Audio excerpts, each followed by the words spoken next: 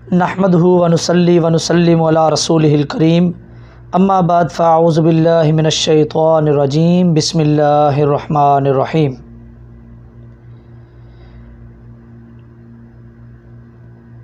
اللہ تبارک و تعالی جل شانہ کا لاکھوں کروڑوں مرتبہ شکر ہے کہ اس نے اپنے پیارے حبیب صلی اللہ علیہ وآلہ وسلم کی امت میں ہمیں پیدا کیا اور ہمیں اپنے پیارے حبیب کا ذکر کرنے کی توفیق عطا فرمائی،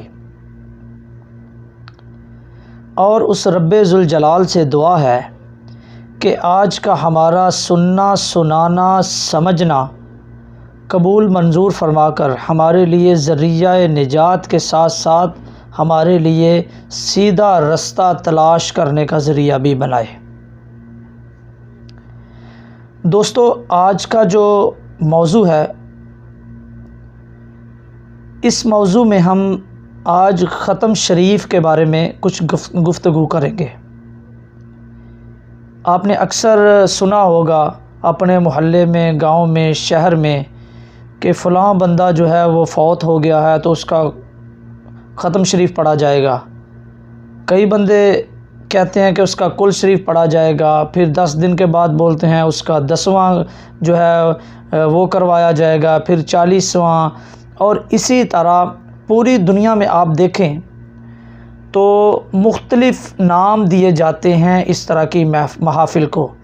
جیسے حضور غوث الاعظم کی 11ویں شریف منائی جاتی ہے، اسی طرح مختلف اولیاء کرام کے عرس منائے جاتے ہیں۔ تو آج کی جو گفتگو ہے، اس گفتگو میں بیسک 3-4 ایسے سوالات ہیں کہ جن کے بارے میں کوشش کروں گا کہ آپ کو جو ان کے متعلق کلیئرلی واضح طور پر آپ کو اس کے جوابات دوں، تاکہ آنے والی جو نئی نسل ہے وہ اس فتنہ سے جو ہے وہ اپنے آپ کو محفوظ کر سکے۔ دوستو، ختم شریف کے بارے میں ہمارے کچھ دوست احباب جو ہیں وہ سب سے پہلا سوال تو یہ کرتے ہیں کہ ختم شریف جو ہے نا یہ منانا ہی سرے سے جو ہے نا وہ بولتے ہیں کہ یہ بدعت ہے، حرام ہے۔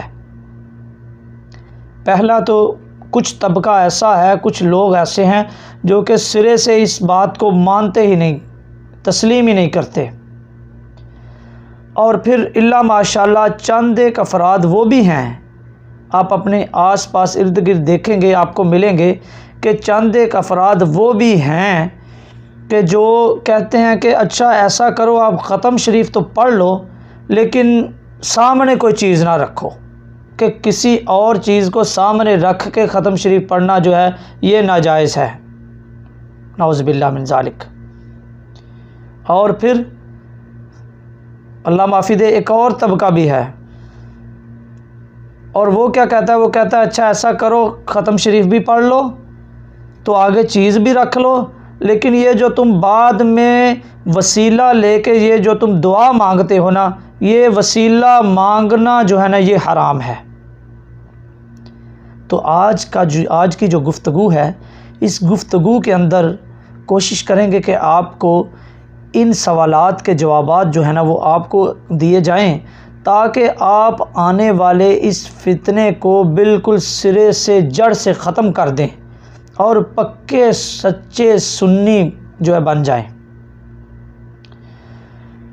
دوستو، اب ختم شریف کو منانا یا نہیں منانا یہ سوال تو ایک طرف، سب سے پہلے میں آپ کو بتاتا چلوں کہ ختم شریف ہے کیا، ختم شریف ہے کیا۔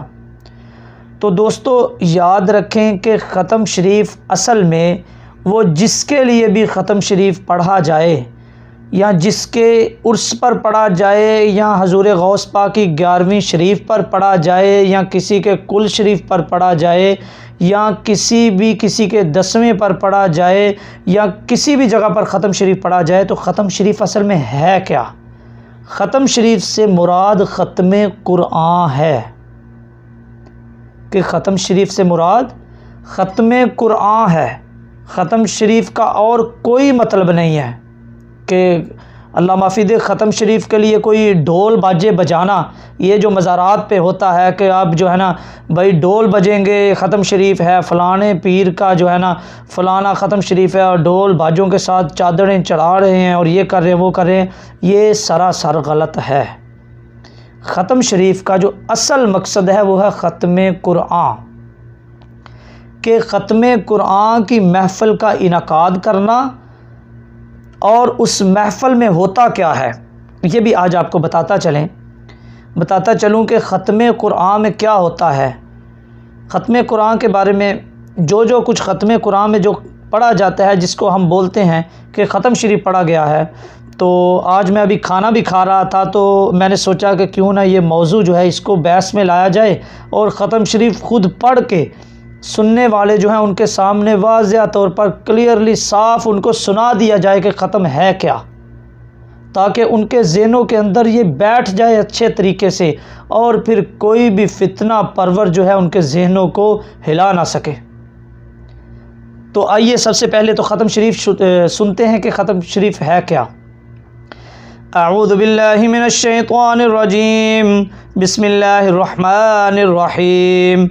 قل يا أيها الكافرون لا أعبد ما تعبدون ولا أنتم عابدون ما أعبد ولا أنا عابد ما عبدتم ولا أنتم عابدون ما أعبد لكم دينكم ولي دين۔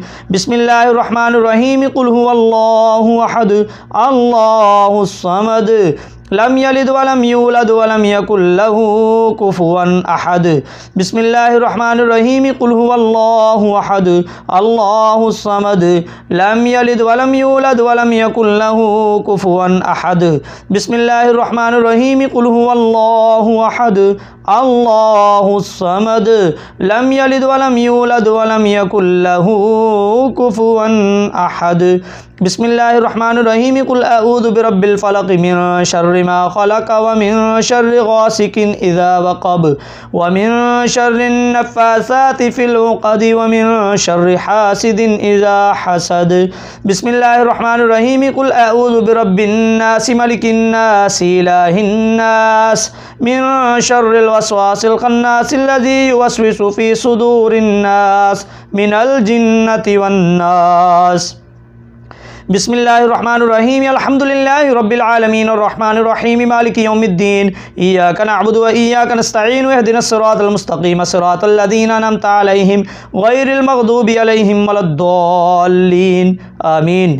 بسم اللہ الرحمن الرحیم۔ الف لام میم، ذالک الکتاب لا ریب فیہ ھدی للمتقین الذین یؤمنون بالغیب ویقیمون الصلاة ومما رزقناہم ینفقون والذین یؤمنون بما انزل الیک وما انزل من قبلک وبالآخرة هم یوقنون اولئک علی ھدی من ربهم واولئک هم المفلحون وإلہکم الہ واحد لا الہ الا هو الرحمن الرحیم۔ ان اللہ وملائکتہ یصلون علی النبی یا ایہا الذین آمنوا صلوا علیہ وسلموا تسلیما۔ اللہم صلی علی سیدنا و مولانا محمد وعلی آل سیدنا و مولانا محمد واصحاب سیدنا و مولانا محمد وبارک وسلم وصلوا علیہ۔ اللہ اکبر اللہ اکبر، لا الہ الا اللہ اللہ اکبر وللہ الحمد۔ دوستو، یہ ہے ختم شریف، جو کہ مختلف موضوعات پر پڑھا جاتا ہے، کہ مختلف اس کے عنوانات دیے جاتے ہیں مختلف دنوں کو، کہ فلاں دن فلاں کا ختم ہے، فلاں دن فلاں کا عرس ہے، فلاں دن فلاں کی 11ویں شریف ہے، تو یہ مختلف عنوان پہ پڑھا یہ جاتا ہے۔ یہ ہے ختم قرآن۔ اب سب سے پہلا تو وہ لوگ جو کہ بولتے ہیں کہ یہ ختم شریف ہی پڑھنا جو ہے یہ حرام ہے، میرا ان سے سوال ہے کہ حضور کریم صلی اللہ علیہ وآلہ وسلم کی حدیث ہے کہ جب تم کوئی بھی کھانا کھاؤ تو بسم اللہ شریف پڑھ لیا کرو، اور بسم اللہ شریف قرآن مجید کی ایک آیت ہے۔ تو آپ صلی اللہ علیہ وآلہ وسلم نے فرمایا کہ جب تم بسم اللہ شریف پڑھو گے تو اللہ تمہارے کھانے میں برکت عطا فرمائے گا۔ تو وہاں بسم اللہ شریف قرآن کی ایک آیت پڑھنے سے اگر کھانے میں برکت ملتی ہے تو جہاں پورے کی پوری 3 قل ہو اللہ کی 3 دفعہ صورت پڑھی جائے، جس کا ثواب ایک مکمل قرآن مجید کے برابر ہے، جس جگہ پورا قرآن پڑھا جائے تو وہاں کی برکت کتنی ہوگی۔ اور ہم کیا کہتے ہیں؟ ہم نے صرف اور صرف یہ اپنے پیٹ کے لیے یہ سارے عقائد گڑے ہیں۔ تو ختم شریف جو ہے یہ پڑھنا، ختم قرآن پڑھنا خود حضور کریم صلی اللہ علیہ وآلہ وسلم کی سنت ہے۔ اور دوسرا سوال یہ ہے کہ کچھ لوگ کہتے ہیں کہ جی آگے پڑھ کے آگے رکھ کے جو ہے نا وہ ختم شریف نہیں پڑھنا چاہیے۔ تو جو میں نے پہلے بات کی اسی کے اندر اس کا بھی جواب ہے کہ حضور کریم صلی اللہ علیہ وآلہ وسلم نے فرمایا کہ جب تم کھانا کھاؤ تو بسم اللہ شریف پڑھو، یعنی قرآن مجید کی آیت پڑھو۔ تو ختم قرآن میں کیا ہوتا ہے؟ کھانے کے اوپر پورا قرآن پڑھا جاتا ہے۔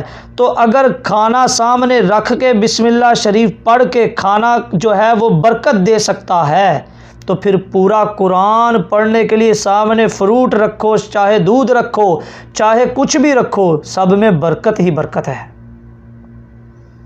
اور تیسرا سوال کہ کچھ لوگ جو بولتے ہیں کہ آپ جی وسیلہ نہ مانگے، آپ ٹھیک ہے یہ سارے کام کر لیں لیکن دعا میں یہ جو وسیلہ مانگتے ہو نا یہ کہاں سے جائز ہے؟ تو آئیے اس کا جواب بھی حضور کریم صلی اللہ علیہ وآلہ وسلم کی ذات سے پوچھتے ہیں، اور خود سے ہر بندہ اس سوال کا جواب پوچھے۔ آپ سننے والے اپنے آپ سے سوال کریں کہ کیا آپ کو وسیلہ کی ضرورت ہے کہ نہیں؟ اچھا وہ کیسے؟ دوستو میں آپ سے بولتا ہوں کہ کیا آپ نے خدا کو دیکھا ہے؟ کیا آپ نے جنت دوزخ دیکھی ہے؟ فرشتے دیکھے ہیں؟ نظر آتے ہیں؟ نہیں آتے؟ نہیں نا؟ تو میرا آپ سے سوال ہے کہ آپ کو کس نے بتایا کہ اللہ ہے، جنت دوزخ ہیں، کہ جبریل جو ہے وہ آسمانوں سے اترتا ہے، قرآن آسمان سے اترا ہے؟ کس نے بتایا؟ فرشتے ہیں، کس نے بتایا؟ حضور کریم صلی اللہ علیہ وآلہ وسلم نے بتایا۔ تو اگر ہم درمیان سے مصطفیٰ کی ذات کو نکال دیں تو ہم تو مسلمان ہی نہیں بنتے، ہمارا تو ایمان ہی مکمل نہیں ہوتا، ہمارا تو ایمان ہی مکمل نہیں ہوتا۔ اگر ہم مصطفیٰ کو درمیان سے نکال دیں تو ہم کیسے خدا کو جانیں گے؟ تو ہمیں تو بتایا ہی مصطفیٰ نے ہے کہ وہ خدا ایک ہے اور ہم نے مان لیا۔ تو وسیلہ مصطفیٰ کے بغیر تو آپ خدا کو پہچان نہیں سکتے، آپ مسلمان نہیں ہو سکتے۔ تو اگر کسی دعا کے اندر آپ وسیلہ مصطفیٰ مانگتے ہیں تو یہ بالکل بھی ناجائز نہیں، بلکہ یہ حضرت آدم علیہ السلام کی سنت ہے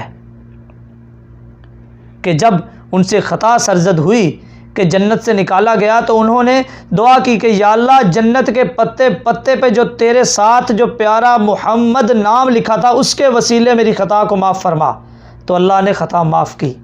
تو اگر ایک نبی کی جو دعا ہے وہ اللہ مصطفیٰ کے صدقے قبول کر سکتا ہے تو کیا اللہ ہمارے گناہ گاروں کی دعائیں قبول نہیں کر سکتا؟ تو اسی لیے ہم ختم شریف پڑھتے ہیں، اور آپ نے سن لیا کہ ختم شریف میں ہم کیا پڑھتے ہیں۔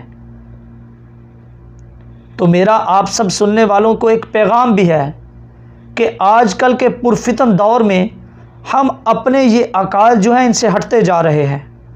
تو سننے والے تمام دوستوں سے ریکویسٹ ہے، درخواست ہے کہ خدارا اپنے آباء و اجداد جو فوت ہو گئے ہیں ان کے لیے ان محافل کا انعقاد کیجئے، آپ ختم قرآن کی محافل کا انعقاد کیجئے، آپ ان کے لیے قرآن پاک پڑھیے، درود شریف پڑھیے، ان کے لیے بخشش کی دعا کریں، کیونکہ صدقہ جاریہ کرنا حضور کریم صلی اللہ علیہ وآلہ وسلم کی احادیث سے ثابت ہے۔ تو اللہ تبارک و تعالی جل شانہ سے دعا ہے کہ وہ ہم سب کو صحیح عقیدہ اپنانے کی توفیق عطا فرمائے اور ہم کو حق سچ کو پہچان کر اس پر عمل کرنے کی توفیق عطا فرمائے۔ وآخر دعوانا الحمدللہ رب العالمین۔